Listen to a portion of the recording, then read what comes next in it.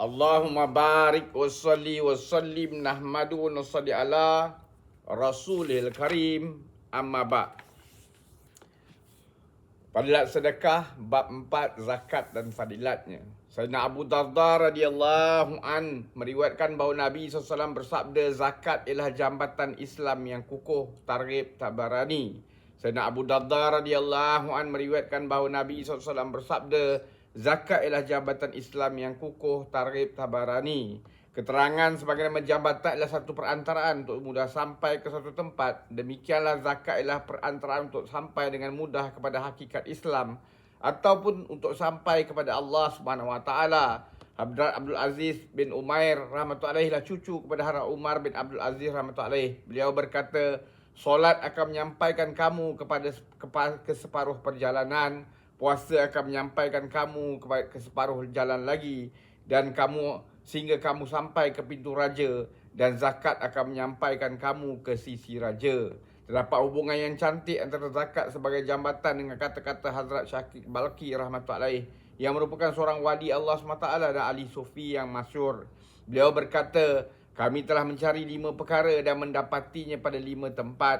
Keberkatan rezeki dalam solat duha, cahaya dalam kubur melalui solat tahajud, jawapan kepada soalan mungkar dan mangkir melalui tilawah Al-Quran, dan mudah melintasi jambatan sirat melalui puasa, zakat dan sedekah, serta lindungan di bawah naungan arash melalui berkhalwat, yakni bersunyi diri.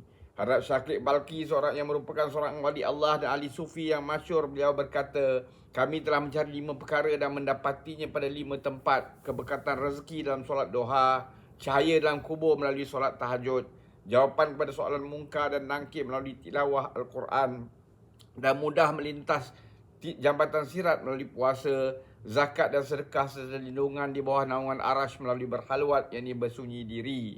Sayyidina Jabir radhiyallahu berkata bahawa seorang lelaki telah berkata kepada Nabi SAW, ya Rasulullah SAW, apakah pendapat Tuan jika seorang telah menunaikan zakat hartanya? Maka Nabi SAW bersabda, sesiapa yang telah menunaikan zakat hartanya, maka keburukan harta itu telah terhapus. Tabarani, Ibnu Suhaid, Uzaimah dan Hakim.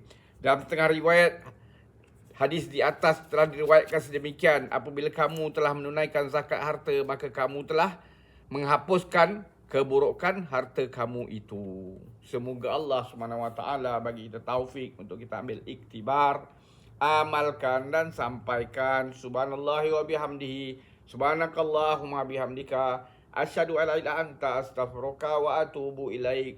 Subhana rabbika rabbil izzati amma yasifun wa salamun al mursalin, alhamdulillahi rabbil alamin. Taqabbalallah.